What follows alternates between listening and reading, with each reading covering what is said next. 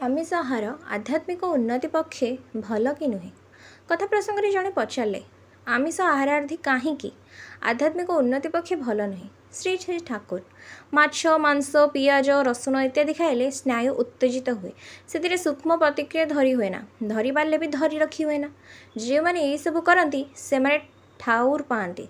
अन्य जड़े कहले रामकृष्ण देव शेष आड़ को छाड़ी देते श्री श्री ठाकुर से बजाय रखिपारि हुए ना। आउ जड़े कहले बंगाली माछ छाड़ा चाहती श्री श्री ठाकुर मु कहे जहाँ ही कर जदि भल पाओ नाम कर से भल पाइबार लोभ ही दिने छड़ेदेव तेबे से शलार जिनस भल नुहे। उक्त व्यक्ति माँ मैंने छाड़ा चाहती श्री श्री ठाकुर बुझे कहवाक हुए सदाचार पालन करने भल आध्यात्मिक मानसिक शारीरिक सदाचार तीनटा पालन करें ही फल पाई हुए गोटे करे आ गोटे करें से हुए ना।